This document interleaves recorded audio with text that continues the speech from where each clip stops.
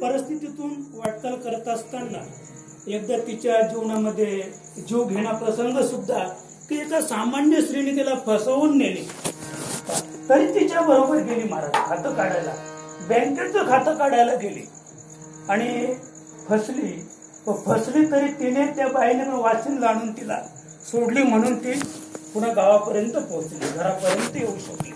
म्हणजे इतकी साधी राणी होती, पण मालकरी होत्या. दुसरी गोष्ट महत्वाची, सर्वात महत्वाची की सौभाग्याचं लेणं, ज्याला अहेव कुंकू म्हणतात, ते अहेव कुंकू घेऊन जाणं मला वाटते प्रत्येक स्त्रीच्या नशिबात नाही. आणि त्याच्या मागे एक शास्त्रीय उत्पत्ती सांगतो. आम्ही संबंध जेव्हा घडवतो महाराज, त्याच वेळेला आम्ही चुकतो. आम्ही काय करतो, मुलाचं वय 30 असेल तर मुलीचं वय 24 पाहिजे, 22 पाहिजे. इथेच आम्ही फरक करतो. कुठे?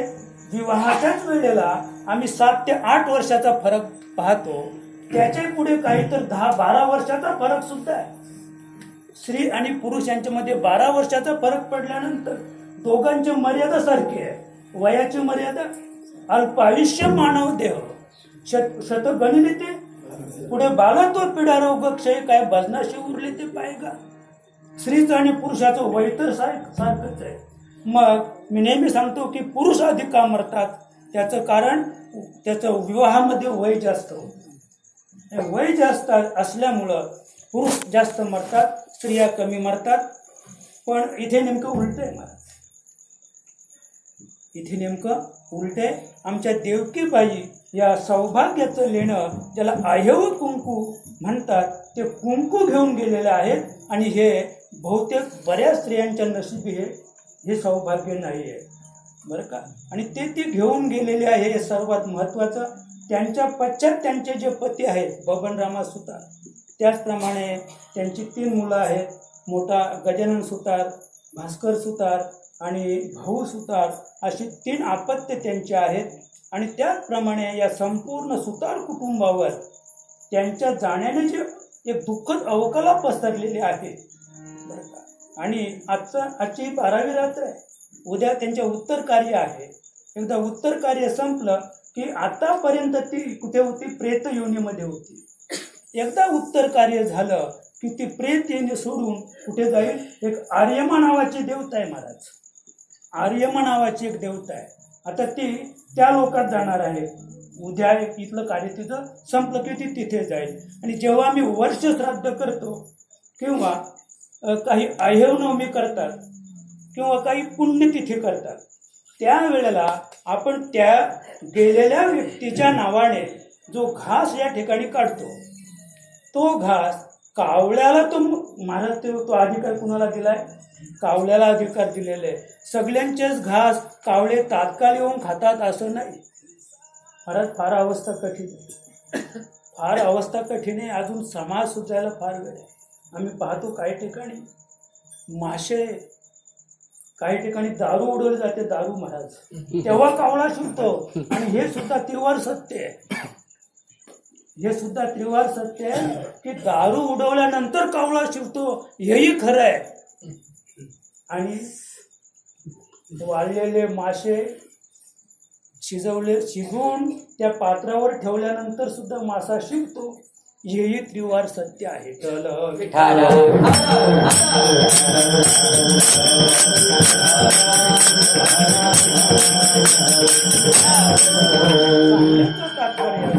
की आर्यमा नावाची जी देवता आहे, जेव्हा आम्ही वर्ष श्राद्ध करतो, पुण्यतिथी करतो, त्यावेळेला आर्यमा नावाची देवता या ठिकाणी येते. आणि इथे आल्यानंतर मी मागे कुठतरी नियम सांगितला की जो घास आपल्याला ठेवायचा आहे तो अशा पद्धतीने ठेवायचा आहे की त्याच्यातून वाफ निघली पाहिजे महाराज. आम्ही भात शिजवला 10 वाजता आणि घास ठेवला 2 वाजता, तर तो घास त्या व्यक्तीला पोचणार नाहीये. जो चहा उडवायचा आहे त्याच्यात सुद्धा वाफ निघली पाहिजे महाराज. चहा सुद्धा कसा पाहिजे, उकळता पाहिजे. जो घास ठेवायचा आहे त्या भातातून वाफ निघली पाहिजे, त्या वरणातून वाफ निघली पाहिजे, त्या भाजीतून वाफ निघली पाहिजे. आणि ती जी वाफ आहे या नाम वास, तो वास ती आर्यमा देवता येते आणि तो वास घेऊन जाते कुठे, जिथे तो आत्मा असेल 12 दिवसापूर्वी गेलेला आमच्या देवकीबाईचा आत्मा ज्या लोकात असेल, ज्या ठिकाणी असेल, त्या ठिकाणी पोचवायचं काम आर्यमा नावाची देवता करते. पण त्याच्यासाठी घास अशा पद्धतीने ठेवला पाहिजे. विठ्ठल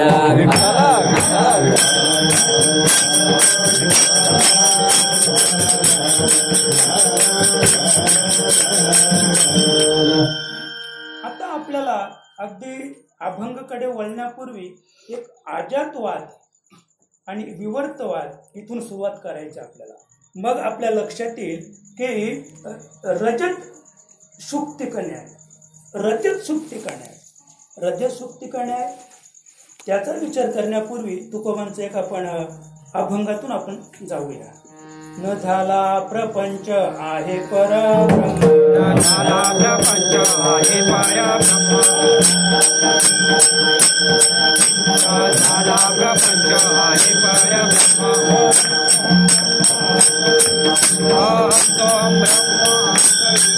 अहं ब्रह्म. तुकोबारा सांगतात न झाला प्रपंच, ज्याला प्रपंच म्हणतात, ज्याला संसार म्हणतात, ज्याला जग म्हणतात, ज्याला विश्व म्हणतात किंवा ज्याला त्रैलोक्य म्हणतात, न झाला. तुकोबार यांचं मत आहे, आमचं मत नाही. न झाला प्रपंच आहे परब्रह्म, म्हणजे हे जे जग आहे, जग अवघे देव, इथे ते खंतीच नाही, खंती ते न करा. तुकोबार सांगतात न झाला प्रपंच आहे परब्रह्म. तुकोबांचं स्पष्ट मत आहे की प्रपंच झालाच नाही, जग झालाच नाही, संसार ज्याला म्हणतात तो जन्माला आलाच नाही, आकार जन्माला आलाच नाही. मग सगळं काय आहे? परब्रह्म आहे. आता परब्रह्म, परब्रह्म म्हटलं की ते कसं आहे? अव्यक्त आहे, निराकार आहे, अजन्म आहे, अनाम आहे, अजाती आहे, अगुण आहे, त्याला परब्रह्म म्हणतात. अहम सोहम ब्रह्म हा कळलेले तुकोबाराया सांगतात. अहम सोहम ब्रह्म, अहम म्हणजे मी ब्रह्म आहे. तुकोबारायांचं काय मत आहे? अहम म्हणजे मी ब्रह्म आहे आणि सोहम म्हणजे ते ब्रह्म मी आहे. मी ब्रह्म आहे, नुसतं अहम, पण सोहम ते ब्रह्म मी आहे. तो हा विठ्ठल बरवा, तो हा नुसता विठ्ठल बरवा नाही, नुसता माधव सुद्धा बरवा नाही. तो म्हणजे कुठे? मला वाटतं जो पंढरपुरात विटेवर उभा आहे तो. सर का आपल्याला फक्त एवढंच पाहायचंय की म्हणजे प्रपंच झालाच नाही. आमचे किसन बाबा नेहमी सांगतात झालाच नाही असं आहे. मग सगळं काय? देवच आहे. आणि त्याच्यासाठी 2 उदाहरणं आपण पाहूया आणि मग पुढे जाऊया. रजत सुक्तिक न्याय. रजत सुक्तिक न्याय म्हणजे शिंपीवर रुपयाचा भास होणे, त्याला रजत सुक्तिक न्याय म्हणतात. म्हणजे आम्ही समुद्राच्या किनाऱ्यावर गेलेलो आहोत आणि काही 20-30 फुटावरून आमचं लक्ष त्या पाण्यात गेलं आणि त्या किनाऱ्यावर आम्हाला काय दिसलं? एक चांदीचा तुकडा दिसला. काय दिसला? चांदीचा तुकडा दिसला. आणि चांदीचा तुकडा आहे म्हणून आम्ही तिथपर्यंत पोहोचलो. नुसतं पोहोचलोच नाही तर त्याने त्या चांदीच्या तुकड्याला स्पर्श करून तो तुकडा पाण्यातून बाहेर आणला आणि पाहिलं त्याच्याकडे पाहिल्यानंतर लक्षात आलं की हा चांदीचा तुकडा नसून ही आहे फक्त शिंपी. त्याला काय म्हणतात? शिंपी. आता आमच्या नदीत शिंपी आहे पण ती छोटी आहे. तर समुद्राच्या शिंपी आहे ते एक शिंपी एवढी मोठी आहे महाराज. 50 फुटावरून तुमचं लक्ष जाईल आणि 50 फुटावर तुम्हाला चमकताना दिसेल की कशी असेल? चांदीसारखी सफेद. आणि मग सुक्तिका न्याय, रजत सुक्तिका न्याय म्हणजे जग झालंच नाही. जे जग दिसतंय ते कसं भासतंय? तर जसं त्या शिंपीवर चांदीचा रजताचा भास झाला. दुसरे एक उदाहरण आहे आणि ज्याला आपण रज्जू सर्पन्याय. रज्जू सर्पन्याय म्हणजे दोरीवर सर्पाचा भास झाला. दोरीवर सर्पाचा भास झाला म्हणजे संध्याकाळची वेळ होती, साधारण काळोख पडला होता आणि जेव्हा त्या घराचे मालक घरात आले आणि पाहतात तो सर्प आहे. पाहतात तो काय आहे? सर्प आहे. किंचित काळोख पडला होता पक्का काळोख नव्हता, दिवाबत्ती लागली नव्हती आणि त्याला तिथे सर्प भास झाला. सर्प आहे म्हणून तो लगेच बाहेर निघाला आणि त्याने बोंब मारली, सर्प आहे सर्प आहे, घरामध्ये सर्प आहे. 4-5 9-10 लोक आली, कोणी दांडकं आणलं, कोणी काय आणलं, कोणी काय आणलं सर्प मारण्यासाठी. पण आधी त्यांनी बाहेरच तिकडे दांडकं म्हणजे आवाज करून पाहिला, कोणी मोठ्याने आवाज करून पाहिला, पण सर्प काही सर्प पळतच नाहीये. अगदी सर्पाजवळ मारून पाहिलं तरी सर्प पळत नाहीये. अरे सर्प पळत का नाही? मेलेला तर नसेल, कारण मेलेला सर्प पळणार नाही किंवा हरणार सुद्धा नाही. तरी सुद्धा कोणाची हिंमत नाही महाराज अद्याप जवळ जाण्याची. मग म्हणे बत्ती आणा. मग चिमणी पेटून आणली आणि त्याच्यापर्यंत पोचल्या तर मारायचाच आहे तो. पण तिथे पोचल्यानंतर कळलं की अरे हा सर्प नाहीये, मग ती काय दोरी आहे. म्हणजे ज्याप्रमाणे म्हणजे सर्प न्याय म्हणजे आजा सर्प न्याय, त्याचप्रमाणे रजत शुक्तिका न्याय, या 2 न्यायांचा विचार केल्यानंतर ज्याप्रमाणे दोरीवर सर्पाचा भास झाला, ज्याप्रमाणे शिंपीवर रुपयाचा भास झाला, त्याच न्यायाने म्हणजे ज्याला आपण या ठिकाणी अजातवाद म्हणतो बरं का. म्हणजे अजातवाद म्हणजे जग झालंच नाही हा अजातवाद. मग विवर्तवाद, मग काही शास्त्रांचं असं मत आहे की तुम्ही म्हणता की जग झालंच नाही, मग दिसतंय हे काय? एवढी जी माणसं आम्ही पाहतो हे काय? जनावरं पाहतो हे काय? किडीमुंगी पाहतो हे काय? दगड धोंडे पाहतो हे काय? नाही का? म्हणजे थोडक्यात की स्थावर जंगम जी मालमत्ता आहे ती आम्ही आमच्या डोळ्याने पाहतो, तरी तुम्ही म्हणता जग झालं नाही. म्हणजे जे आम्ही डोळ्याने पाहतो असे जे म्हणतात त्याला विवर्तवाद म्हणतात महाराज. विवर्तवाद की आम्ही डोळ्याने पाहतो हे सगळं खरं आहे, जग आहेच. आणि आता विवर्तवादाचा या ठिकाणी अजातवादाने त्याचा आपल्याला जेव्हा आपल्याला काय करायचंय म्हणजे हे मिटवायचं आपला वाद, तर वाद मिटवण्यासाठी या 2 गोष्टी आपण पाहिल्या महाराज. पण या दोन्ही गोष्टी सोप्या आहेत. रजताचा भास झाला, विशेष असं काही नाहीये. त्याचप्रमाणे रज्जूवर म्हणजे दोरीवर सर्पाचा भास झाला, वेलीस तो निघून गेला. पण जग झालं नाही, जग झालंच नाही. इथपर्यंत पोहोचण्यासाठी नितांत आपल्याला सद्गुरूची गरज आहे. सद्गुरू करून सुद्धा होईलच असं नाहीये, तर आपल्याला 4 देहाच्या पलीकडे जायचंय. आणि 4 देहाच्या पलीकडे गेल्यानंतर आम्ही तो अभ्यास करू, तेव्हा आम्हाला कळणार आहे की जग झालंच नाही. आणि इथपर्यंत आम्ही जेव्हा पोहोचू, तुकोबरा अभंगाच्या पहिल्याच्या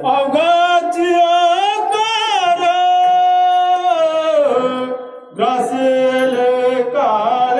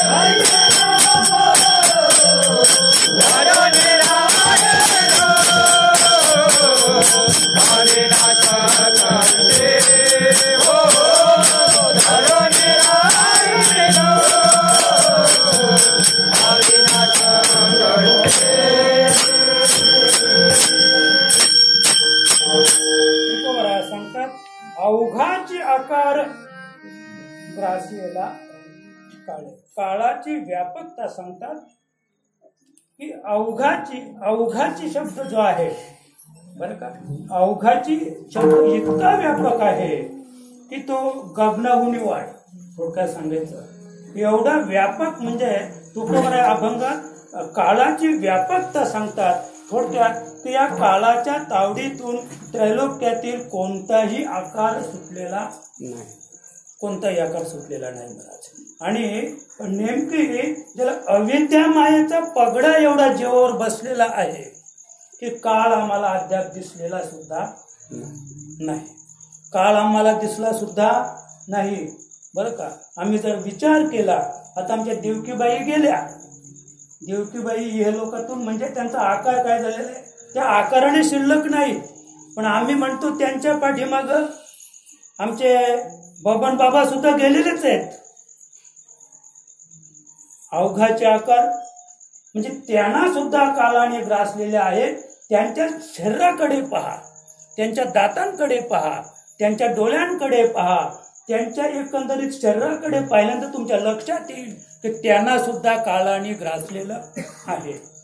आम्हाला सुद्धा काळाने ग्रासलेलं आहे. एकदा आमचे केस चिपले, कोणी अगदी वाकून चालायला लागला, कोणाचे दात पडले, कोणाचे गाल आतमध्ये गेले. आपण समजायचं आपल्याला सुद्धा काळाने ग्रासलेलं आहे. हे झालं माणसाच्या बाबतीत. बैल म्हातारा होतो, गाई म्हातारी होते, कुत्री म्हातारी होऊन मेली, कावळे आले किती गेले किती महाराज. त्याच्याही पुढे सांगतो दगड भंगली, स्थावर जंगम, नुसती जंगमच गेली अशी नाहीये तर दगडांना सुद्धा भेगा पडल्या. म्हणजे दगडांना सुद्धा काळाने सोडलं नाही.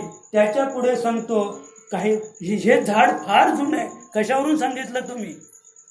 हे झाड हा वृक्ष आहे, हा जुना आहे. कशावरून सांगितलं तुम्ही? अवघाचे आकार. त्याचा आकार काळाने ग्रासलेला आहे. त्याची पानं लहान लहान झालेली आहेत, त्याच्या काही फांद्या मोडलेल्या आहेत, काही मोडकलीस आलेल्या आहेत, काही वाढलेल्या आहेत. म्हणून फार जुनं आहे ते. मला एवढंच सांगायचंय की अवघाची आकार, त्याचा त्या वृक्षाचा आकार सुद्धा काळाने ग्रासलेला आहे. एवढी काळाची व्यापकता आहे महाराज बरं का. तुकोबांच्या भाषेत सांगायचं झाली त्याची व्यापकता तर तू का म्हणे नको देऊ काळा,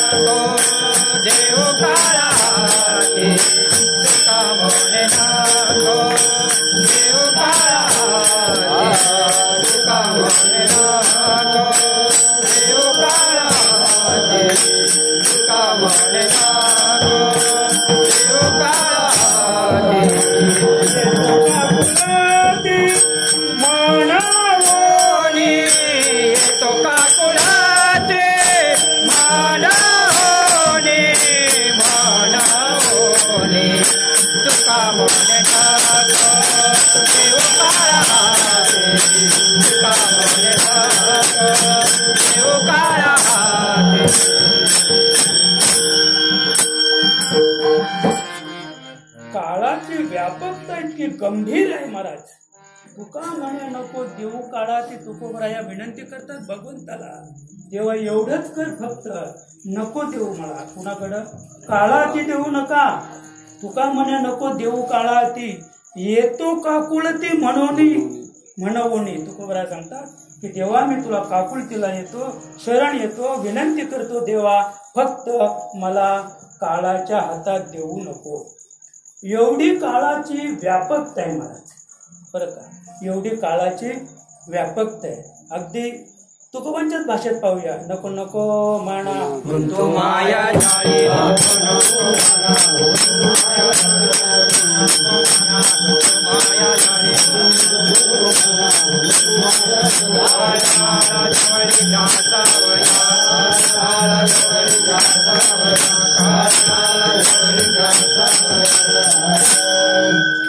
तुकोबाराय सांगतात, नको नको म्हणा गुंतू माया जाळी, या माया जाळात तू गुंतू नको, या प्रपंच रूपी या जाळामध्ये फसू नको, या अविद्य रूपी मायेत तू गुंतून जर राहिलास तर काळ आला जवळी, काळाची ही उडी पडेल बा जेव्हा, सोडविना तेव्हा त्यावेळेला आई वडील भाऊ बहीण कुणीच सोडवणार नाही या जगात महाराज, कुणीच कुणाचं नाही आणि कुणीच कुणाला सोडवणार सुद्धा नाही. एकलची यावे एकलची जावे. या व्यतिरिक्त अगदी आणखी पुढे जाऊन पाहिलं तर एक मरे त्याचा रामदास स्वामी सांगतात, तुझा शोक वाहे अकस्मात तोही पुढे जात आहे. एक मरे त्याचा, एकाला काळाने ग्रासलेला, एकाला काल घेऊन गेलेला आहे आणि दुसऱ्याला काल ग्रासून राहिलेला आहे. ज्याला ग्रासलाय तो नाही का, तोही पुढे, तो सुद्धा पुढे जाणार आहे. पण जाणार आहे पण हे कळत नाही. हे कशामुळं? अविद्ये मायेमुळे हे कळत नाही. आणि म्हणून तुकोबा सांगतात, अवघाची आकार ग्रासीला काळे. म्हणजे जेवढा आकार आहे, जेवढं विश्व आहे, जेवढं जग आहे, हे सगळं काळाने ग्रासलेलं आहे. आणि तुकोबाने सांगितलं की काळाची उडी पडेल बा जेव्हा, नाही का, त्याच्या पुढे सांगतो की काळ म्हणजे काय तर मारिती तोडीती झोडीती निष्ठुर यमाचे किंकर बहुसाळ. म्हणून जीवाच्या ठिकाणी जी निर्माण झालेली भीती आहे, निर्माण झालेली भीती ती आपल्याला घालवायचे. ही भीती तिथपर्यंत आहे की आम्हाला मृत्यूचं भय आहे. मृत्यूचं भय कुठपर्यंत आहे? लहान बाळ आहे. मी नेहमी सांगतो लहान बाळ आहे आणि ते ऐकतच नाहीये. मग त्याला आई सांगते, अरे बागुलबुवा आला. तो बागुलबुवा आला हे सांगण्यापूर्वी तो त्याला कुठे दाखवतात? काळोखामध्ये. घराच्या बाजूला कुठेतरी काळोख आहे, तिथे न्यायचं त्याला. तो बघ बागुलबुवा, तो बघ तुझ्याकडेच बघतो, बघ आता तो बाहेर आहे. की ते बाल गप राहत आहे. ते बाल गप राहत आहे. ते एवढं घाबरतंय, एवढं घाबरतंय की ते आईला सोडितच नाही. आणि आईला स्वयंपाक करायचंय, सोडित नाही. करायचं काय? मग ती काय करते? लाईट लावून तिथे जाते.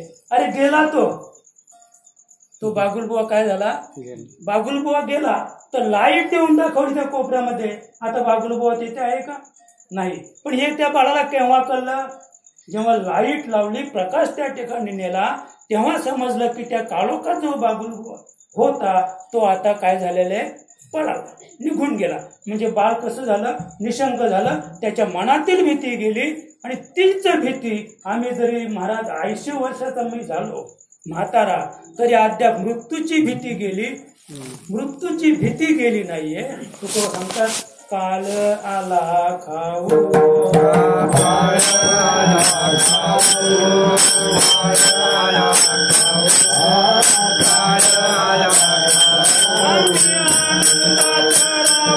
आम्ही आनंदात राहू, आम्ही आनंदात राहू, आम्ही आनंदात राहू, आम्ही आनंदात राहू, आम्ही आनंदात राहू. आम्ही आनंदात राहू, आम्ही आनंदात राहू, आम्ही आनंदात राहू.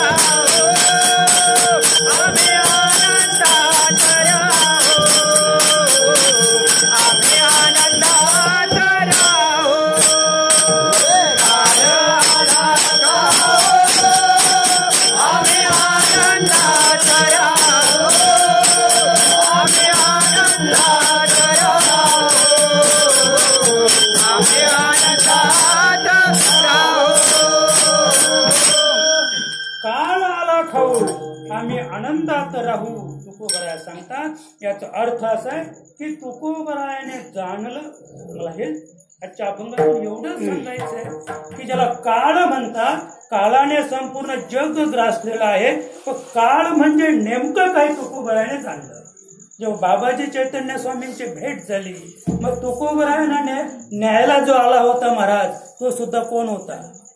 काळच होता. देव कधीच कोणाला न्यायला येत नाही महाराज.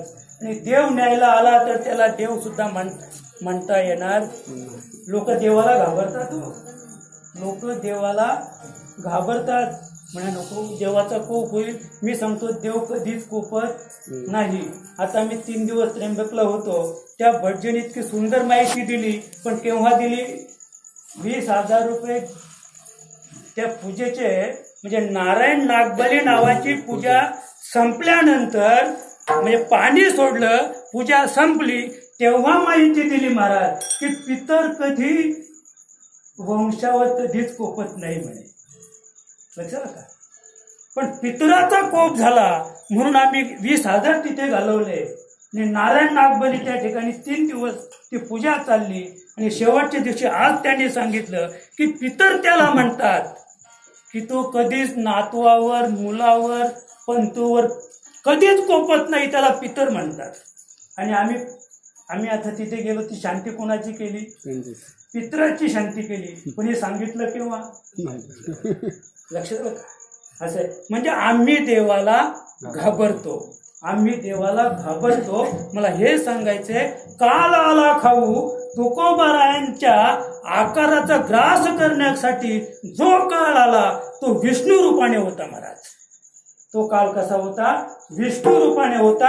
आणि तो रेड्यावर बसून नव्हता आला. मग तो कशावर बसून आला होता? गरुडावर बसून आला महाराज. तोच काळ होता, विष्णू रूपाने गरुडावर बसून आला. आणि त्या काळाकडे जेव्हा आमच्या तुकोबारायाने पाहिलं आणि जिजाईला सांगितलं, चला चला आता आपल्या बरोबर. आपल्याला कोण न्यायला आलाय? न्यायला कधी देव येत नाही. न्यायला कोण येतो? काळच येतो. पण तुकोबानं ते कसं दिसलं? विष्णू स्वरूप. मला हे सांगायचं. आणि जिजाबाई का गेल्या नाही? मी किती वेळा सांगितलं की म्हणे ती आभागी, तिला कळलंच नाही. तिला कळलं नाही, तिला पक्क कळलं म्हणून गेली नाही. तिला देव पक्का कळला म्हणून ती गेली नाही. मी सांगतो, जिजाबाईने तिच्या आयुष्यात जी पतीची सेवा केली ती आतापर्यंत गिरजाला सुद्धा जमली नाही. नाथांची सेवा जरी गिरजाबाईने केली तरी ती जिजा इतकी नाहीच घडली महाराज. 3 दिवस उपवास काढायचे, 3 दिवस. जेव्हा वह्या बुडवल्या ना पाण्यामध्ये, 13 दिवस अन्न पाण्याशिवाय. तुकोबांच्या बाबतीत बोलायचंच नाही हो. ते डोळेच मिटून होते, त्यांना भूकच कुठे लागेल. पण ज्यांचे डोळे उघडे होते, जिचे डोळे तुकोबारायांच्या मिटलेल्या डोळ्यांकडे लागले होते, उघडे डोळे, किती दिवस? 13 दिवस. 13 दिवस तिने अन्न पाणी केलं नाही महाराज. पाणी सुद्धा घेतलं नाही. ती जिजाई. पण तुकोबाने ठरवलं महाराज. आणि शुद्ध द्वादशी,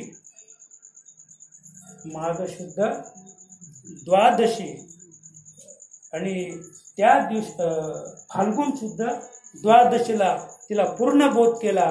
आणि फाल्गुन वद्य द्वितीयेला तुकोबाराया निघून गेले. तिला म्हणजे देव सर्व घटी भरलेला आहे. सर्व घटी राम, देहादेही एक, सूर्यप्रकाशक सहस्ररश्मी, हे तत्वज्ञान तिला फक्त 4 दिवस आधी शिकवलं. आणि मग तुकोबा निघून गेले. पाहतच राहिली आणि रडत नव्हती महाराज, आनंदाने पाहत होते, आनंदाने. हे तत्वज्ञान जेव्हा भगवान श्रीकृष्ण परमात्मा निर्धामाला जायला निघाले, उद्धवाने त्याचा हात पायच धरून ठेवला. देवा म्हणे, तुमच्या बरोबर मला घेऊन जा. तुमचा आकार नष्ट झालेला मला माझ्या उघड्या डोळ्याने पाहता येणार नाही. मग भगवंताने पाहिलं, आता उद्धव मला सोडणार नाहीये. अंतिम समय त्याला अंतिम तत्वाचं ज्ञान करून दिलं. उद्धवाने देवाचा पाय सोडला. देव त्याच्या समोर निर्धामाला गेले. उद्धव फक्त पाहत राहिला, फक्त पाहत राहिला. मला काय सांगायचे? अवघाची आकार ग्रास केला. म्हणजे आकार जो आहे त्या आकाराचा ग्रास होणार आहे, आकार जाणार आहे. एक छोटंसं उदाहरण सांगतो महाभारताचं. युद्ध सुरू झालं, आपण जास्त वेळ घेणार नाही. युद्ध सुरू झालं, भीष्माचार्य सेनापती होते महाराज. कर्णाने शंका घेतली, हा म्हातारा, केस पिकलेले, नुसते डोईचेच नव्हते पिकले महाराज, संपूर्ण शरीराचे केस पिकले होते. हा काय पांडवांना मारेल? हा काय पांडवांना मारेल? शंका घेतली. कुणाकडं? दुर्योधनाकडं. दुसरी गोष्ट की जोपर्यंत भीष्मराज सरसेनापती आहेत तोपर्यंत मी अर्जुनावर बाण सोडणार नाही. ही त्याची काय होती? आतली अशी काही माणसं असतात, म्हणजे वरवर फार चांगलं झालं, फार चांगलं झालं, पण आतून वाईट कसं होईल.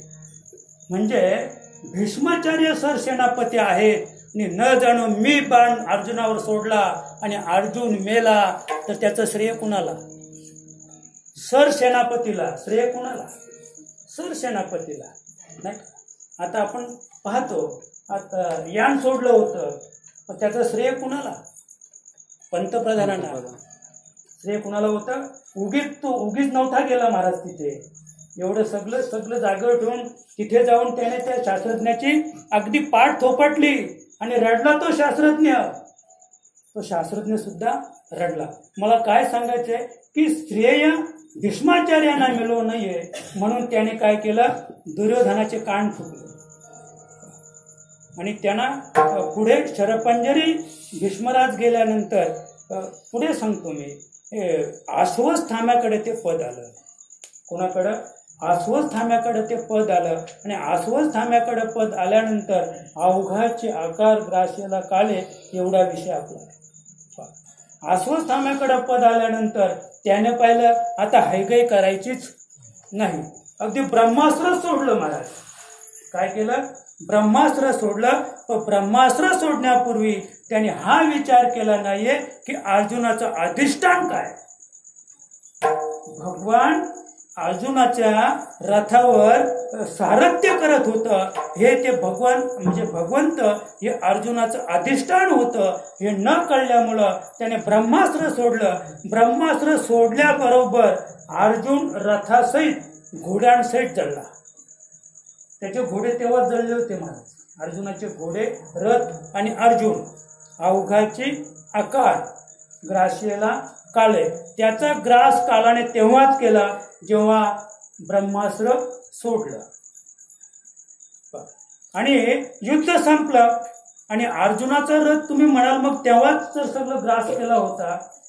अर्जुन जळला होता, रथ जळला होता, त्याचे घोडे जळले होते, मग रथ राहुटीत कसा गेला? त्याचं कारण होतं तिथे अधिष्ठान पाहिजे भगवंताचे. भगवंताचं अधिष्ठान होतं आणि म्हणून रथ राहुटीत गेला. आणि दररोजची प्रथा होती, आधी कोण उतरायचा? भगवान श्रीकृष्ण आधी उतरायचा. का आधी उतरायचा? तर त्याला घोडे सोडायचे, लक्षात का? आणि म्हणून त्या दिवशी देवाने सांगितलं महाराज उतरा, खाली उतरा. म्हणे असं का सांगता महाराज? म्हणे आधी उतरा मग सांगतो. अर्जुनला काय सांगितलं? तुम्ही आधी उतरा, रथातून उतरा मग सांगतो. अर्जुन आधी उतरले, नंतर देव उतरले आणि अर्जुनाच्या समोर घोड्यांसहित रथाने पेट घेतला. कारण तो आधीच जळला होता, पण अधिष्ठानामुळे शिल्लक होता. तत्व फक्त अवघाचे आकार ग्रासेला काळे. संपूर्ण विश्व हे कालाने ग्रासलेलं आहे आणि त्या विश्वामध्ये आम्ही कशा आहोत? अधिष्ठान रूपी भगवंताच्या मायेने किंवा शक्तीने आम्ही फक्त इथे दिसतो. आम्ही सुद्धा कसे आहोत? ज्याप्रमाणे अर्जुनाचे घोडे आणि रथ, त्याचप्रमाणे आम्ही आहोत. फक्त याच्यातून तो गेला नाही का, राघू उडून गेला आणि पिंजरा मातीत. जोपर्यंत राघू आहे, जोपर्यंत भगवंताचं अधिष्ठान आहे, तोपर्यंत याला कोणीही हलवू शकत नाही. आणि म्हणून तुकोबारा सांगतात अवघाची आकार ग्रासलेला काळे. जरी संपूर्ण आकार काळाने ग्रासलेला असेल तर तुकोबारा सांगतात एकची निराळे. जरी संपूर्ण विश्व काळाने ग्रासलेला असेल तर एकचे निराले हरीचे नाम. हरीचं जे नाम आहे ते कसं आहे? ते काळापासून वेगळं. आमची माऊली सुद्धा सांगते की तेथे न पुरे काळाचा हात. फक्त बाकी या विश्वामध्ये अशी कुठे जागा नाहीये. काळाचा हात, त्याची महाराज लांबी आपल्यालाही सांगता येणार. काळाचा हात पुरत नाही अशी जागाच नाही महाराज. ते त्रैलोक्य असेल बरं का, ते पाताळ लोक असेल किंवा सप्त पाताळ किंवा 14 भुवनं असतील, तिथपर्यंत काळाचा हात पुरतो महाराज. एवढा काळाचा हात लांब आहे. आता बाकीचा विचार तुम्ही करा, त्याचं शरीर कसं असेल, त्याचं धड कसं असेल, त्याचा हातच एवढा लांब आहे की तो जिथे पुरत नाही अशी अद्याप जागाच रिकामी नाही महाराजच्या विश्वामध्ये. पण माऊली ज्ञानोबा सांगतात की तेथे न पुरे काळाचा हात. कुठे? तिथे. कुठे? निराले हरीचे भगवंताचं जे नाम आहे त्या नामापर्यंत कधीच त्या काळाचा हात पोहोचत नाही. म्हणून तुकोबराया सांगतात दुसऱ्या चरणात, आधरणी राहील अविनाश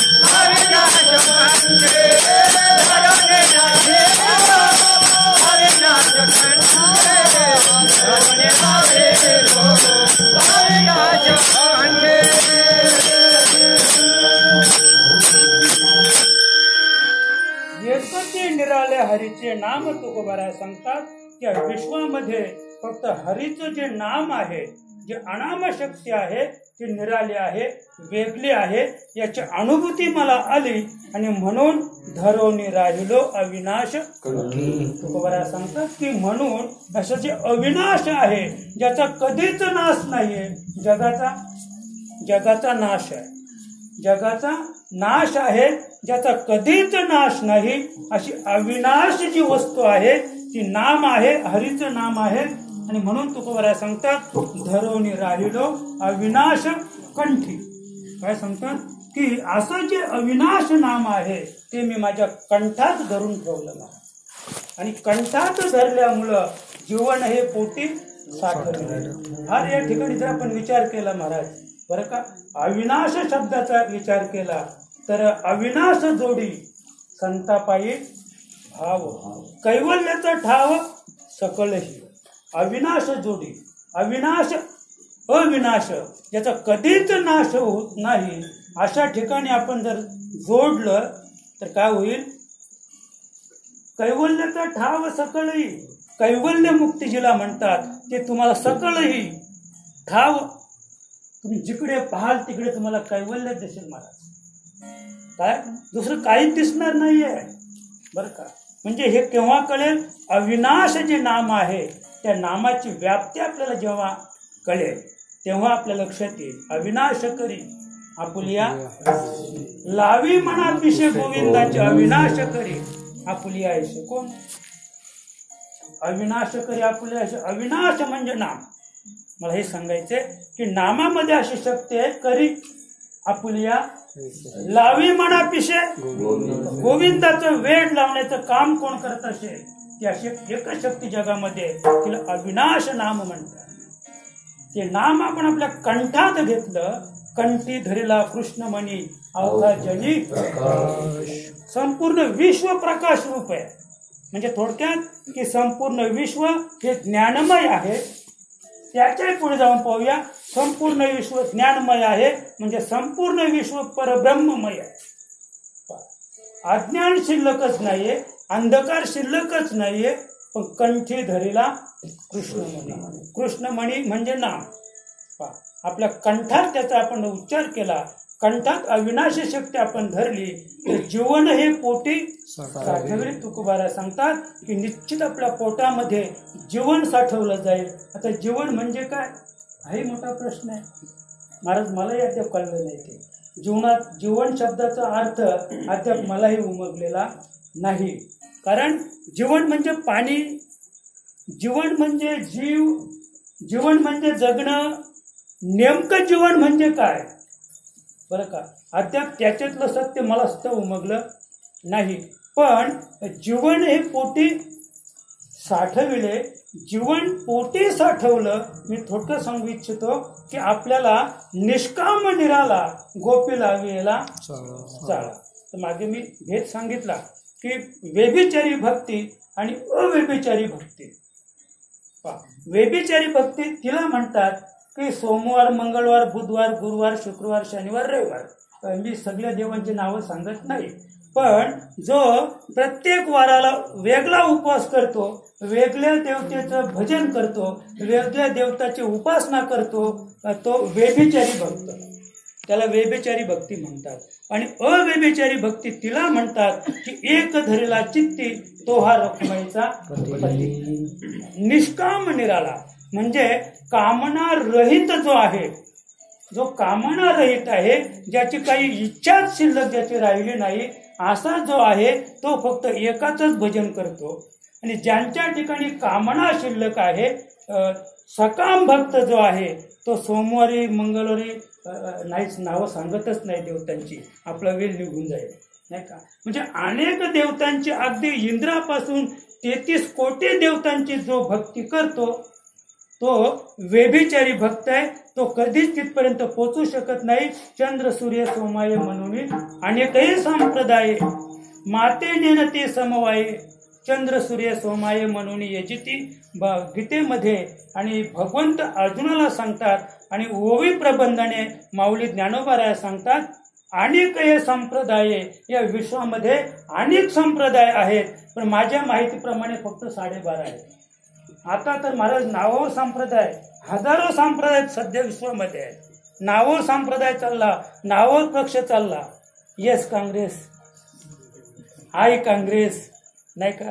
आता काहींचे मला नाव माहीत नाही, बाकीचे काही ते अनेक म्हणजे जे नाही का चिन्हावर चालतात ते. पण मला फक्त एवढंच सांगायचं आहे की अनेकही संप्रदाय म्हणजे विश्वामध्ये 12.5 संप्रदाय आहेत. अर्धा संप्रदाय जो आहे, अर्धा संप्रदाय म्हणजे तो काय करतो माहित आहे का मला, म्हणजे खाऊन पिऊन परमार्थ, तो अर्धा आहे. आणि 12 पूर्ण संप्रदाय आहेत. पण आता विश्वामध्ये हजारो संप्रदाय प्रचलित आहेत, नावाने संप्रदाय चालू आहेत. पण माऊली सांगते अनेकही संप्रदाय माते नेनती समवाये. भगवंत अर्जुन सांगतात पण जरी अनेक संप्रदाय असतील तरी ते मला, जरी भजत असतील तरी ते मला नेनती, अद्याप त्यांनी मला ओळखलेलं नाही. तर चंद्र सूर्य सोमाये म्हणून यजती. ते काय करतात, कोणी चंद्राची सेवा करतो, कोणी सूर्याची सेवा करतो, कोणी नदीची सेवा करतो, कोणी अग्नीची सेवा करतो म्हणून यजती. आणि त्याच्यामुळं ते मजपर पोचणार नाहीत. आणि आपण त्याच्या आणखी खाली गेलो तर माऊली इतकी सुंदर सांगते की म्हणजे आपण त्यांच्या त्या म्हणजे व्यभिचारी भक्तीचा विचार केला तर वास्तविक पाहता, समजा आता आपण शनिवारी हनुमंताची भक्ती केली, शनिवारी हनुमंताची भक्ती केली, 11 रुईची पानं किंवा शेंदूर देवाला लावला, त्या ठिकाणी श्रीफळ नेऊन फोडला आणि मग आम्हाला हनुमंत पावला. हनुमंत काय झाला, पावन झाला. पण भगवंत सांगतात की हनुमंत पावन झाला नाहीये, तर फक्त तुम्हाला ते तुम्ही द्वैतात्मक अभेद भूमिकेतून न पाहता भेद भूमिकेने पाहिलं. आणि ते म्हणजे पावन कोण झाला, पावन मीच आहे. मी नेहमी सांगतो महाराज, तुम्ही अनुभव घेतला असेल किंवा नसेल घेतला, पण एखाद्या बायांकडे गेले ना तुम्ही, तर ती बायावाली आहे इथलीच, पण ती भाग कुठं करते माहिती आहे का? जीवदानीच्या. त्या जीवदानीच्या डोंगराचा गाणी गाते ती. जीवदानीच्या बायावर तुम्ही या पदर पसरते, अमुक करते, तमुक करते. ते जीवदानीच्या बायांना पदर पसरते. कशाला का? आणि मग अंबाजाला या त्या बायांका आलो ना लगेच गुण येतो. कशाला का? पण गुण त्या बाया देतात का? गुण कोण देते? जीवदानीची बाया किंवा एकविराची देवी असे. म्हणजे ही बायावाली त्या देवीची करुणा भागते आणि ती देवी प्रसन्न होते. आणि या बालकाला, कुठल्या बालकाला? बायानं तुम्हाला 4 डोलं आणि ह्यो आणलाच. याचे 2 डोले नाही का? याचे 2 डोले कुठे गेले? तिला 4 डोले कसे आले? याचे 2 गेल्यामुळे तिला 4 आले. का? आणि मग आम्हाला वाटतंय की बाया आपल्याला गुण आला. मला हे सांगायचंय की पावन शक्ती जी आहे ती अदृष्ट शक्ती आहे. ती अदृष्ट शक्ती सांगते की जोपर्यंत तुम्हाला माझी ओळख होत नाही तोपर्यंत तुमचं हित तुम्हाला साध्य करता येणार. जीवन हे पोटी साठवले तुकोबराया सांगतात बरं का. तुकोबराया सांगतात की अशा पद्धतीने मी अविनाश जे भगवंताचं नाम आहे ते कंठात धरल्यामुळं जीवन हे पोटी साठविले. जीवन कशाला म्हणतात थोडक्यात मी सांगू इच्छितो आपल्याला. नारळात पाणी, ते म्हणे ना, देवाची करणी नारळात पाणी. म्हणजे जो नारळाच्या म्हणजे माडाच्या झाडाला जे फळ आलेलं आहे त्या फळामध्ये पाणी कुठून आलं हा प्रश्न आहे. त्या फळामध्ये पाणी कुठून आलं हे प्रश्न आहे. त्या फळामध्ये जे पाणी आहे, नारळाच्या फळामध्ये जे पाणी आहे त्याला जीवन म्हणतात. जीवन त्याला म्हणतात का ते कुठूनच आलेलं नाही. ते कुठूनच आलेलं नाहीये, त्याला काय म्हणतात? जीवन म्हणतात. ते कुठून आलं ते मी सांगू शकतो. ते सांगू शकतो कारण 9 दिवस बाळ आईच्या उदरामध्ये कसं जगलं? ते अन्न पाण्याशिवाय जगलं का? अन्न पाण्याशिवाय ते जगलं नाहीये. त्याला सुद्धा अन्न पुरवलं गेलं. पोटातील बाळकाला सुद्धा आईच्या पोटात गरोदरपणामध्ये त्याला रसद पुरवली गेली, अन्न पुरवलं गेलं. म्हणून त्याच्या देहाचा आकार, त्याला हातपाय वगैरे फुटले, केस आले, डोळे, हृदय पुढे कंपित व्हायला लागलं, श्वास घ्यायला लागला. या सगळ्या गोष्टी कशामुळे झाले? अन्नामुळे झाले. त्याचप्रमाणे नारळाचे पाणी आलं. महाराज नारळ फोडल्यानंतर पहा, प्रत्येक नारळाला किती डोळे? 3. हे विशेष आहे महाराज. आम्हाला किती डोळे आहेत? 2. बरं 3 डोळ्यांचं कुणी पाहिलंय का आतापर्यंत? आता म्हणजे अवघाचे आकार ग्रासियाला काले, पण 3 डोळ्यांचं कुठं पाहिलंय का? पण 3 डोळे कुणाला आहेत? नारळाला 3 डोळे आहेत. आणि म्हणून 2 डोळ्याने तो जग पाहतो आणि एका डोळ्याने जीवन प्राशन करतो. जीवन, त्याला तोंड नाहीये. नारळाला तोंड नाहीये. सर्पाला कान नाहीत. सर्पाला कान नाहीत, पण त्याला जगाचं ज्ञान एवढं आहे. मी सर्पाला डोळ्याने कानाचं ज्ञान होते, मला स्पर्श ज्ञान. असं आपला तो विषय नाही, तिकडे नाही जायचं. आपलं जीवन फक्त पाहायचंय. त्या नारळामध्ये तो एक जो डोळा आहे, 3रा डोळा आहे, तो ज्ञानमय डोळा आहे. तेथून ते जीवन त्या ठिकाणी आलं. आणि जीवन त्या ठिकाणी आल्यानंतर एक छोटंसं उदाहरण सांगतो आणि पुढे चलतो. सॉक्रेटिस नावाचा एक महान संत होऊन गेला, त्याची हत्या झाली.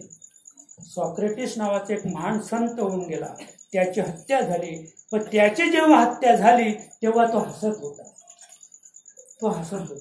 त्याचप्रमाणे युरोपमध्ये एका महान संताला क्रुसावर खिळे ठोकून मारला. येशू ख्रिस्त ज्याला म्हणतात, त्याला क्रुसावर खिळे ठोकले महाराज. त्याच्या हाताला, दंडाला, छातीला, पायाला असे खिळे ठोकून क्रुसावर त्याला मारला महाराज. पण त्याचं एकच वाक्य होतं, अपराध्याला क्षमा करा. त्याचं काय वाक्य होतं? जर त्या वेळेला त्याने सांगितलं असतं की अपराध्याला शिक्षा करा, तर त्या वेळेला दगडाने ठेचून त्याला मारलं असतं. एवढा समाज त्यांच्या पाठीमागे होता येशू ख्रिस्ताच्या. पण एकच वाक्य उच्चारलं, अपराध्याला क्षमा करा. तिथेच सगळा समाज थांबला. पण एकाने प्रश्न विचारला, असं होईलच कसं, असं होईलच कसं की समाज ज्याची हत्या करून राहिलाय तो हसेलच कसा. माणसं मरायला आली तरी सांगतात एक सलाईन लाव बाबू, अजून 8 दिवस जगेल, नाही का. आता जग एवढं पुढे गेलं महाराज, नातवाचा वाढदिवस आहे, अंबरजाला नातवाचा वाढदिवस आहे, त्याच्या आजोबाला कल्याणला ऍडमिट केलंय, तो मेला, वाढदिवस उद्या आहे पण तो आजच मेला. पण त्याचा मुलगा सांगतो 2 दिवस राहू द्या, उद्या माझ्या मुलाचा किंवा त्यांच्या नातवाचा उद्या वाढदिवस आहे, वाढदिवस झाला की परवा घेऊन जाऊ.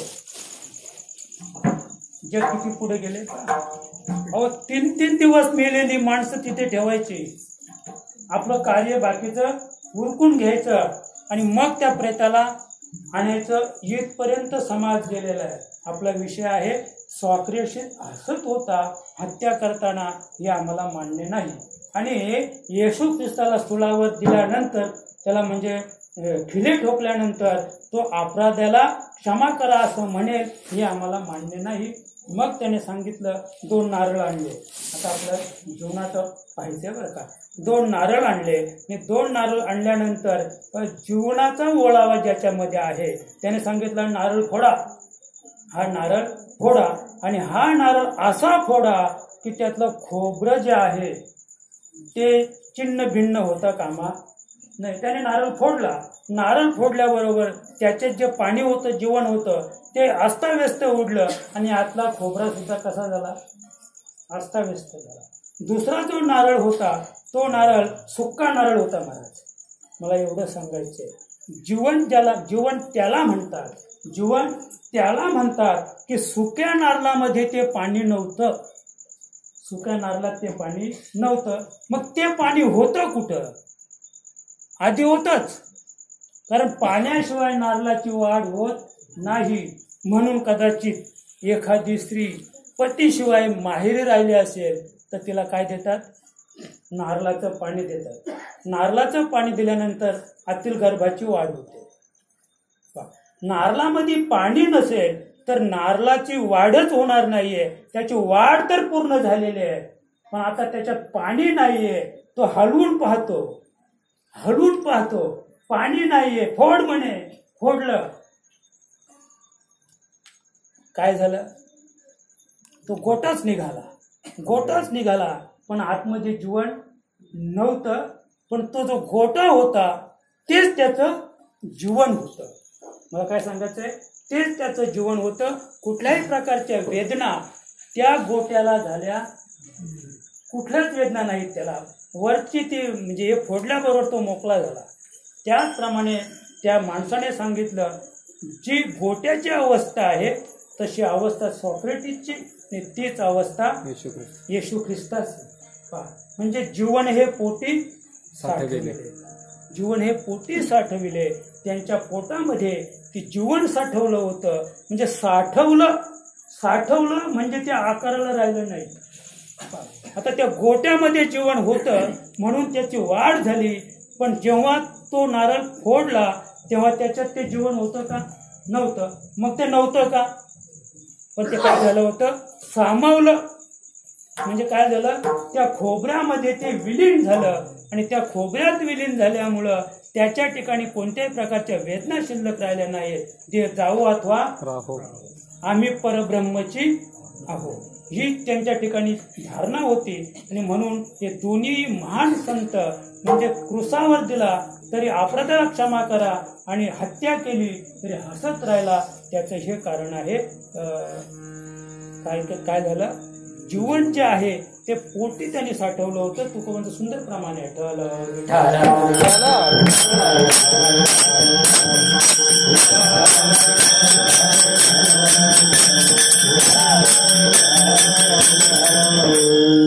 जीवनाचा झाला ओळावा, जीवनाचा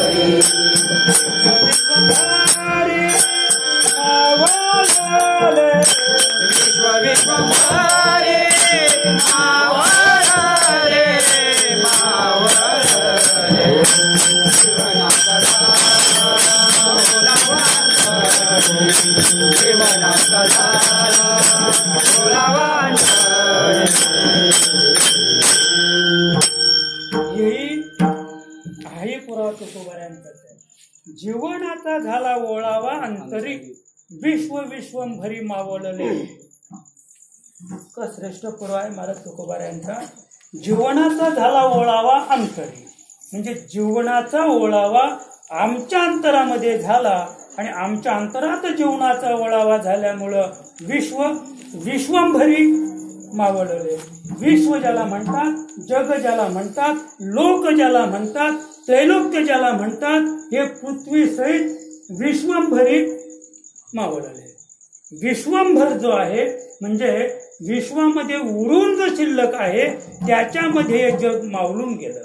किंवा जीवनाचा झाला ओळावा अंतरी, म्हणजे जीवन यानाम अमृत.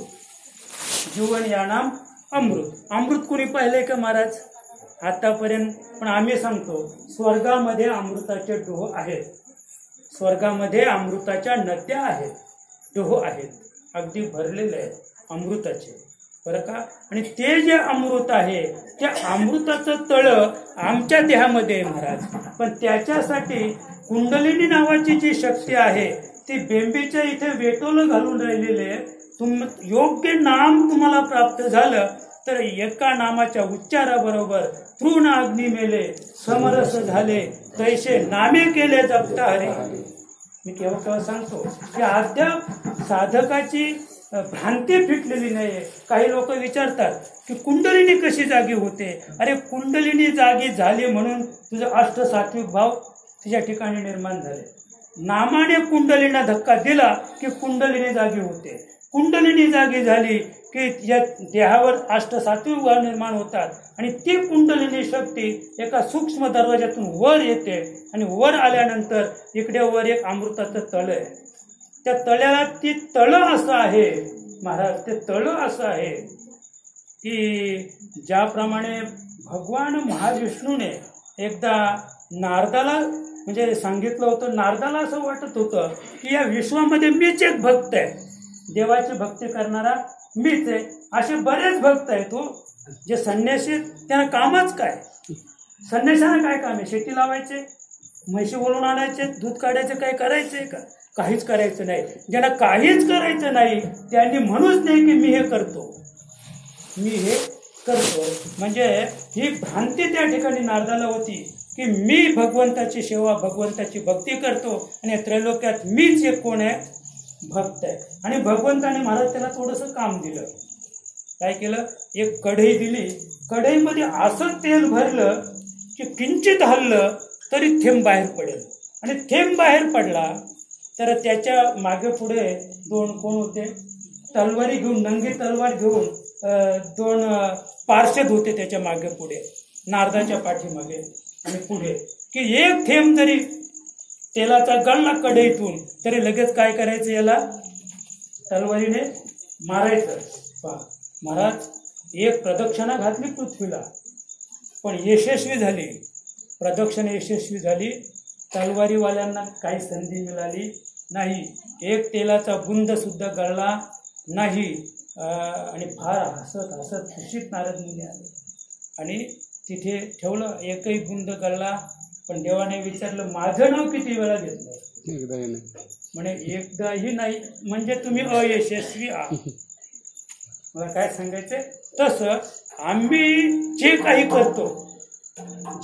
करतो देवासाठी त्याला नैमित्तिक कार्य म्हणतात, पण नित्य काय करतो याला महत्व आहे. कोणतंही म्हणजे मी आता जे शिक्षक लोक त्यांनाही सांगतो की मुलांना शिकवताना त्याला विसरू नका, त्याला विसरून मुलांना शिकू नका. भेंडी तोडताना त्याला विसरू नका. कदाचित एका तासात तुम्ही 10 किलो भेंडी तुडीत असाल तर थोडासा परिणाम होईल, 8 किलोच भेंडी तुटेल. का तर लक्ष कुठे? परिलक्ष तेथे. कोणतंही काम करत असता, घरी दारी शय्येवरी रती सुखाची अवसरी, समस्तांची लज्जा तेजुनी भगवत चिंतन. काम नाही झालं पाहिजे काम. लोक रिकामीच झाली महाराज. रिकामा याचा अर्थ हा आहे. रिकामा याचा अर्थ काय की कामामध्ये काम काही म्हणा राम राम जाईल भवश्रम सुख होईल. आमचं काम देवाने करावं अशी आमची इच्छा आहे महाराज. 57 संतांची तुम्ही आख्यायिका पाहिली तर ज्याचं काम महाराज देवाने केलं त्याने कामं सोडून दिलं. त्या संतांनी कामं सोडून दिलं आणि आम्ही काम सोडू पाहतो का देवाने केलं तर. आमचं काम देवाने केलं तर बरं होईल. कशाला का म्हणजे देव काम करत असेल तर आम्ही काम सोडायला तयार आहे.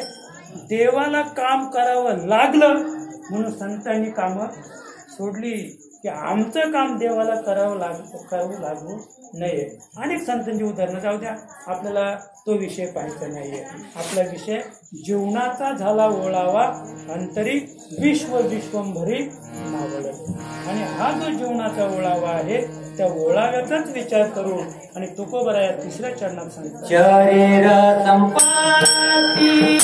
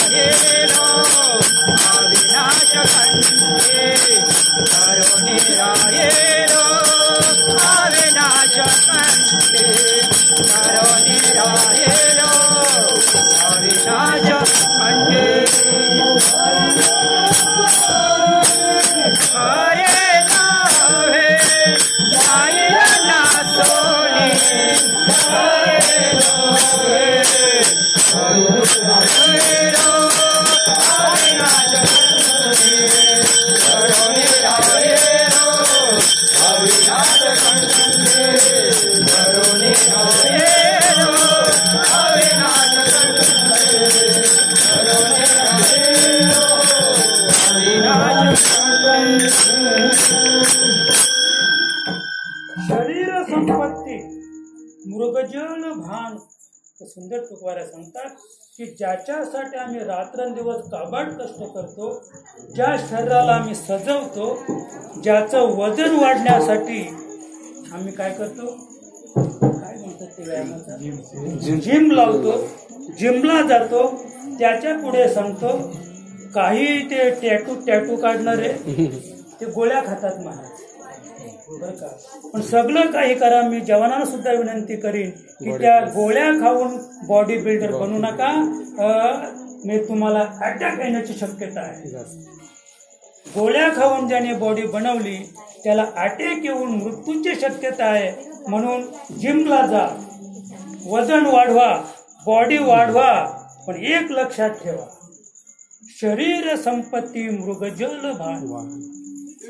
किती जरी शरीर आपण पोचलं, किती मोठं केलं, किती जरी खाल्लं, सतत खात राहतात माणसं, सतत खात राहतात म्हणून तब्येत आहे बरं का. ज्यांच्या बॉडीत त्यांना विचारा ते दिवसा किती खातात आणि काय काय खातात ते विचारा. मग लक्षात येईल की त्यांनी कमवलेली बॉडी ही सामान्य नाहीये बरं का. फक्त एकच त्यांची चुकी आहे की टॅटू काढतात आणि बाईच्या अंगात जो सदरा नाहीये म्हणजे ते इतकं फिट घालतात की त्याच्या वर त्याचा तो मांस येतो आणि मग टॅटू दिसतो नाही का. मला हे सांगायचं आहे की शरीर संपत्ती, जरी आपण त्या शरीराकडे पाहतो सुंदर संपत्ती आहे, पण मृगजल भान ती संपत्ती हे शरीर कसं आहे मृगजलासारखं अगदी क्षणभंगूर नाही भरवसा. या ध्याचा क्षणभंगूर शरीर आहे, भरवसा जाईल नासून खरे नो हे तुकोबराय सांगतात. एक दिवस या किती तुम्ही जरी शरीर कमावलं, किती शरीर सांभाळण्याचा प्रयत्न केला, किती जरी चपला घालून काय, आता महाराज माझंच मी सांगतो, मी कपडे काढायचे झाले तरी भिंतीचा आधार घेतल्याशिवाय काढत नाही, आणि भिंतीचा आधार घेतल्याशिवाय कपडे घालीत सुद्धा नाही. का? कदाचित कपडे घालताना पडलो आणि महाराज हात मोडला, पाय मोडला, कोण सांभाळेल आपलं? म्हणून आधार मी सांगतो, एकदा 60च्या पुढे वय गेलं की त्याने भिंतीचा काठीचा कसला तरी आधार घेऊन कपडे घाला आणि आधार घेऊन कपडे काढा. कुठेतरी आपण पडण्याचा प्रयत्न करू नका, पडणार नाही याची दक्षता घ्या. म्हणजे हे शरीर आपलं सांभाळायचं आहे, तो कुठपर्यंत मृगजल भान, मृगजल माहिती आहे ना, नाही का? म्हणजे मृगजलाचा पुरू काय, आणि म्हणजे पाहुणे मूर्ख करू धावती तारू, तैसा संसारू मूर्खाशी अति दुस्तर. नाथ महाराज सांगतात भागवतामध्ये की मृगजलाचा पूर पाहिल्यानंतर जे मूर्ख लोक आहेत ते तारू म्हणजे होड्या, अरे होड्या करा पूर आला तिकडनं.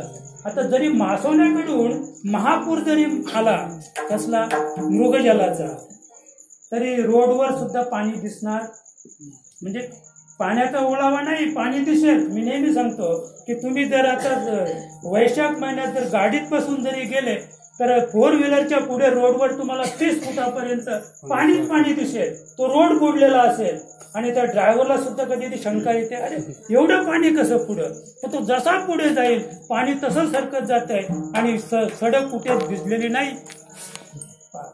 आणि त्याला मृगजल का म्हणतात? तर मृग म्हणजे हरिण, हरिण अनवधानाने अविद्या मायेत गुंतल्यामुळे ते खरं पाणी सोडतंय आणि त्या मृगजलाच्या पाठीमागे लागतंय आणि एवढं पळतंय की ऊर फुटून मरून जातंय. कारण मृगजल म्हणजे मृगाला जो भ्रम झालेला आहे ते पाणीच नाही, ते जे पाणी कसं आहे क्षणभंगूर आहे, ते क्षणात नाश पावतंय. त्याचप्रमाणे हे शरीर संपत्ती मृगजल जाईल नासून खरेने तुकोबारा सांगतात. आणि म्हणून काय करायचं आपल्याला? भगवंताचं नामस्मरण करायचे, नाम घ्यायचे, सद्गुरूला शरण जायचे. म्हणून एकदा त्याचं भजन करूया.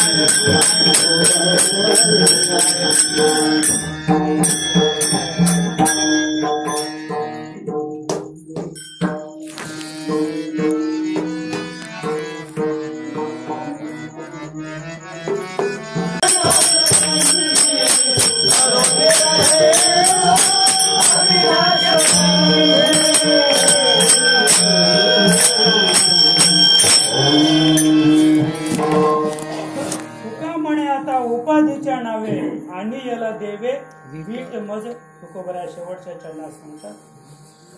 अवघा आकार ग्रासियला एकचे निराले हरीचे नाव तुकोबरा सांगतात की संपूर्ण विश्वात जेवढा आकार आहे त्रैलोक्यामध्ये ग्रास काळाने त्याचा ग्रास केलेला आहे. त्या ग्रासापासून एकच शक्ती वेगळी, तिला नाम म्हणतात. त्या नामापर्यंत काळाचा हात किंवा काळाचा जबडा तिथपर्यंत पोचलेला नाही. म्हणून असं अविनाश नाम मी माझ्या कंठात प्राशन केलं, कंठात धरलं आणि जीवन ज्याला म्हणतात, ज्याला अमृत म्हणतात, ते मी माझ्या पोटात साठवलं. अमृत प्यायल्यानंतर माणसं अमर होतात हा भ्रम आहे. अमर होतात हा भ्रम आहे. अमृत प्यायल्यानंतर माणूस पुन्हा जन्माला येत नाही. अमृत प्यायल्यानंतर माणूस पुन्हा जन्माला येत नाही. स्वर्गीचे अमर, अमर म्हणजे ते मरतच नाहीत का? जर ते मरत नसते तर त्याने स्वर्गीय मृत्यूलोकाची इच्छाच केली नसती. ज्या ते म्हणतात स्वर्गीचे अमर इच्छिता ते देवा मृत्यूलोकी व्हावा जन्मा. कशासाठी? तर हे जे सुख आहे, हे सुखप्राप्तीसाठी ते इथे येऊ पाहतात. या अर्थी त्यांना काय आहे? मरण हे ठरलेलं, मरावंच लागतंय. माऊलीने इथे सांगितलं पुण्याची पावटी सरे. ते सगळे काय आहेत? ते जे आकार आहेत स्वर्गामध्ये, जे आकार आहेत ते कसले आकार आहेत? पुण्याची बाहुली. ती पुण्याची बाहुली. पुण्याची पावटी सरे सवेची इंद्रपणाचे उटी उतरे. येऊ लागती माघारे मृत्यूलोकी. यावंच लागेल महाराज त्यांना. मृत्यूलोकीचे उफराटे महाराज. मृत्यूलोकी स्वर्गातून डायरेक्ट मृत्यूलोकात नाही येत आहे, असा नियमच नाही. आधी कुठे जावं लागतंय? नरकात. आधी नरकात जायचं आणि नरकातून मग इकडे यायचं आणि मृत्यूलोकातून पुन्हा स्वर्गात जाता येतंय. मी मागे एक वेळ सांगितलं होतं की शिक्षकांच्या बाबतीत सुद्धा एक असं काहीतरी आहे म्हणजे नियम. त्यांची ती इन्क्रिमेंट वाढवायची असेल तर काय कुठलं ते क्षेत्र? अवघड क्षेत्र. हा, अवघड म्हणजे अवघड क्षेत्रात त्याला 5 वर्ष नोकरी त्याच्या आयुष्यात त्यांनी केलीच पाहिजे शिक्षकांना. तेव्हा त्याला प्रमोशन किंवा इन्क्रिमेंट बोलतात ते मिळेल. त्यानंतर शहरी भागातच म्हणजे आता त्याच्या आधीच सांगतो पूर्वीचं म्हणजे 30% आणि 5% किंवा 15% म्हणजे असा गव्हर्नमेंटचाच भेद होता हो. आज सुद्धा आहे तो जो टिटवाल्याला शिक्षक आहे. टिटवाल्याला जो शिक्षक आहे थोडक्यात सांगतो बरं का. त्या टिटवाल्याच्या शिक्षकाला जर 50,000 पगार असेल तर नांदपच्या शिक्षकाला आहे 40,000. नांदपच्या शिक्षकाला किती आहे? 40. घोडसईचेला 40, मोहिली 40, गुरिवली 40, रुंदा 40. फक्त टिटवाल्याला जो आहे त्याला 50. बरं का शिकवण्यात काही फरक आहे का? बरं काही आकारात बदल आहे का? नाही. तिथे हा भेद आहे 30% आणि 5%. लक्षात. त्याचप्रमाणे तुका म्हणे आता उपाधीच्या नावे. आपला विषय कुठे? शरीर संपत्ती मृगजल भान तुकोबारा सांगतात मी माझ्या कंठात ते जे नाम आहे ते मी धरून ठेवलं आणि धरून ठेवल्यामुळं जीवन हे पोटी साठविले. माझ्या पोटात मी जीवन साठवलेलं आहे. म्हणजे आता काही शिल्लक राहिलेलं, जसं आपण पाहिलं की खोबऱ्यात पाणी शिल्लक नाही, तसं आता माझ्या ठिकाणी या जीवनात जो ओलावा निर्माण झालेला आहे आता इथे काही शिल्लक नाही राहिलेलं नाही. आता आपण पाहिलं आता पाणी पडत नाही. सध्या पाऊस पडतो का? नाही. बरं जमीन सुकलेली आहे का? जमीन सुकलेली आहे पण ओलावा, जमिनीचा ओलावा गेलेला नाही. ज्या अर्थी जमीन ओली आहे त्या अर्थी आधी पाऊस पडलेला आहे.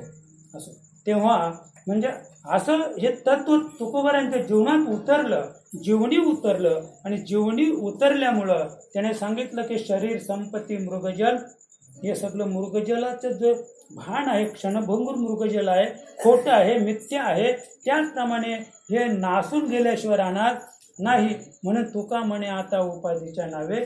उपाधी जिला म्हणतात, उपाधी कशाला म्हणतात माहिती का? कारण नसताना उपाधी लावून घेतली. उपाधी म्हणजे पद, उपाधी म्हणजे असं काही सरपंच होऊन गेले, झक मारली, म्हणजे झक मारल्यापर्यंत सरपंचाचं पद जाते महाराज. झक मारले मुंबई पाहिली नकोच. म्हणजे तुका म्हणे आत्ता उपाधीच्या म्हणजे उपाधी जिला म्हणतात बरं का. मग तुकोबरांना सुद्धा उपाधी आहे श्रीमंत, पण केव्हा जिवंतपणे नाही. तुकोबरा गेल्यानंतर ते श्रीमंत. तुकोबांना जर आपण विचारलं, महाराज तुकोबरायांची त्यावेळेला सांगतात 65 कोटीची इस्टेट होती महाराज. 16व्या शतकात 65 कोटीची म्हणजे 28 गावाचा परगणा. देहू 28 जिला म्हणतात. 28 गावं 12 वर्ष दुष्काळात पोचले असती एवढी श्रीमंती एकट्या तुकोबरायांची होती महाराज. पण तुकोबांनी ठरवलं ही काय, उपाधी वेगळे तुम्ही निर्विकार, काहीच संसार तुम्हा नाही. तुम्हाला जर काही संसार नाहीये, तुम्ही उपाधी वेगळे असाल तर आम्हाला सुद्धा तेच. आणिले देवे वीट मज म्हणजे भगवंत ज्याला म्हणतात, परमात्मा ज्याला म्हणतात, परब्रह्म ज्याला म्हणतात ते कसे आहेत, उपाधी वेगळे तुम्ही निर्विकार, काहीच संसार तुम्हा नाही. आणि म्हणून तुकोबरायाने आपली सगळी इस्टेट अशीच वाटून टाकली हो. म्हणून लोक त्याला वेडा तुक्या म्हणायला लागले.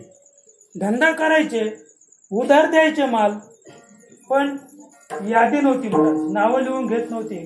त्या सांगतात महाराज, हे लोणाड गाव आहे ना, त्याला शाप आहे, भगवंताचा शाप आहे. कारण लोणाडला तुकोबराया पनवेल मार्गे मिरच्यांची बैलगाडी घेऊन आले होते, मिरच्यांची पोती. आणि जसं ते गाडी सोडली, लोणाडच्या लोकांनी प्रत्येकाने पोती उधार नाव लिहायचं नाही, काही नाही, उधार घेऊन जायचा माल. पण हिसाब अजिबात हिसाब नाही. पण देव तिथे आले होते महाराज.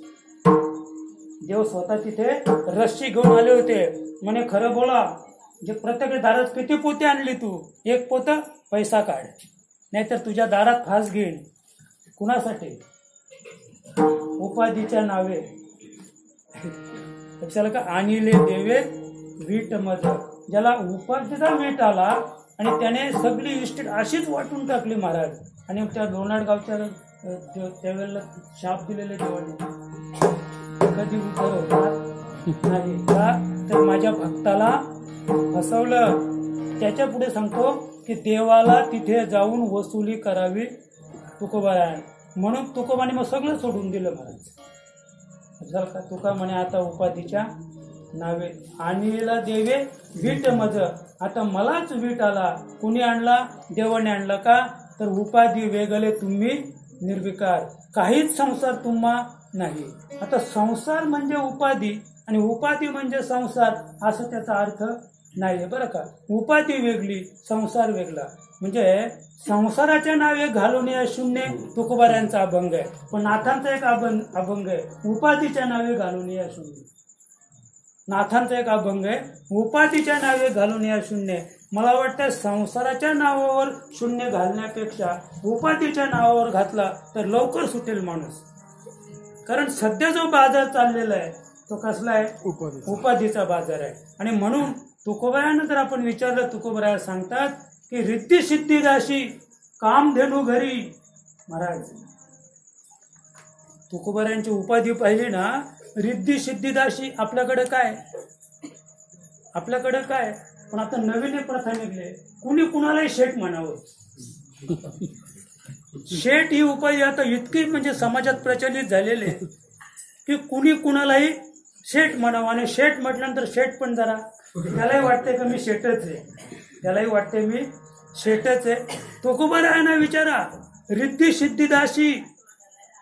तुकोबारायांकडं रिद्धी सिद्धी. महाराज रावणाची काय संपत्ती असेल, महाराज रावणाची काय संपत्ती असेल, रावणापेक्षा हजारो पट संपत्ती तुकोबारायांकडं.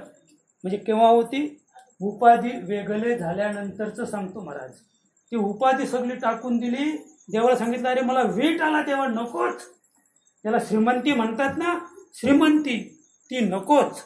रावणाची काय श्रीमंती असेल, रिद्धी सिद्धी दाशी कामधेनू घरी.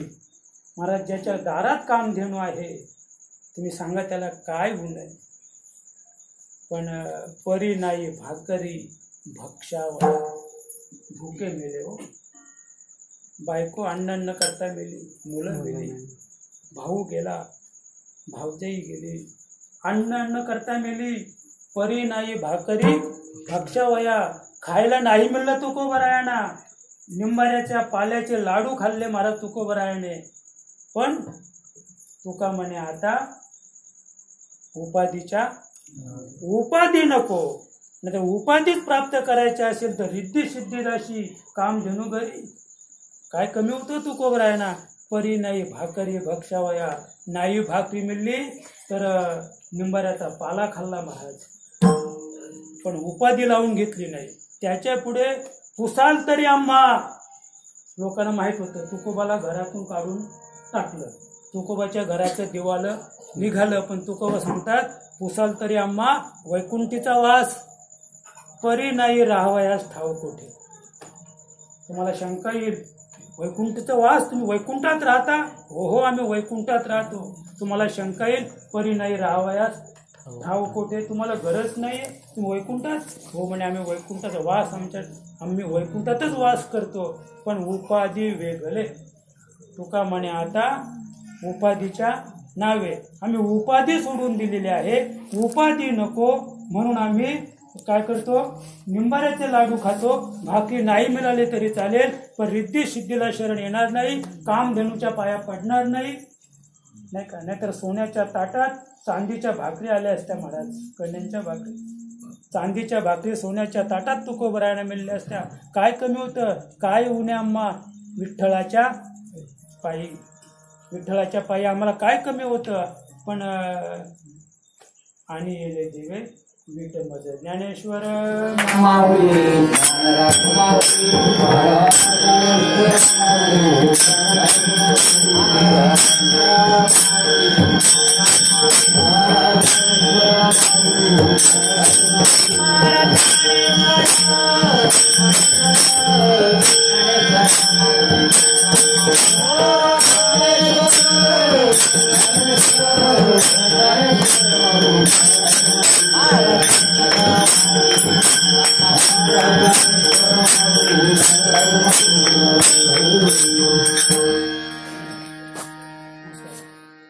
माझ्या ठिकाणी आम्हा सर्वांचे सुप्रदर्शी हरिभक्तपरायण श्री बबन रामा सुतार यांच्या धर्मपत्नी सौभाग्यवती हरिभक्तपरायण देवकीबाई बबन सुतार या येलोक सोडून परलोकात गेलेल्या आहेत. त्यांचा जो आकार आहे तो आकार नष्ट झालेला आहे, आकार सोडून ते निराकारात विलीन झालेल्या आहेत. आणि त्यांच्या शेवटच्या रात्रीनिमित्त आम्ही सर्व मंडळी या ठिकाणी जमलेलो आहोत. आम्ही नेहमी सांगतो की दुःखवटा याचा अर्थच असा आहे, पण छापणाऱ्याने त्यातला एक काना कमी केला, दुःखवटाच्या ऐवजी दुःख वाटा. लक्षाला का, म्हणजे आम्हाला जे दुःख झालेलं आहे त्या दुःखाचा वाटा घेण्यासाठी आम्ही काय करतो, दुःखवटा देतो. शब्द तो चुकीचा नाही आहे. दुःखवटा म्हणजे दुःखवटा घेऊन तुम्ही काय करा, आमच्या दुःखाचा वाटा घ्यायला या. आता आपण सर्व या ठिकाणी कशासाठी जमलो आहे, दुःखाचा वाटा घेण्यासाठी. उद्यापासून त्याचं दुःख काय होईल, ओसरत जाईल, कमी होत जाईल. आणि म्हणून त्यांच्या जाण्याने त्यांच्या पश्चात त्यांचे पती, 3 मुलगे आणि सुतार परिवार त्यांना जे दुःख झालेलं आहे, आपण भगवंताला, ईश्वराला विनंती करूया की हे भगवंता, त्यांना त्यांच्या जाण्याने झालेलं जे दुःख आहे ते पचवण्याची शक्ती दे. आणि त्याचप्रमाणे त्या मातोश्री ज्या ठिकाणी त्यांचा जीवात्मा असेल त्या आत्म्याला सुद्धा चिरशांती लाभावी म्हणून त्याचं आपण संतांचं भजन करूया. तुकाराम तुकाराम तुकाराम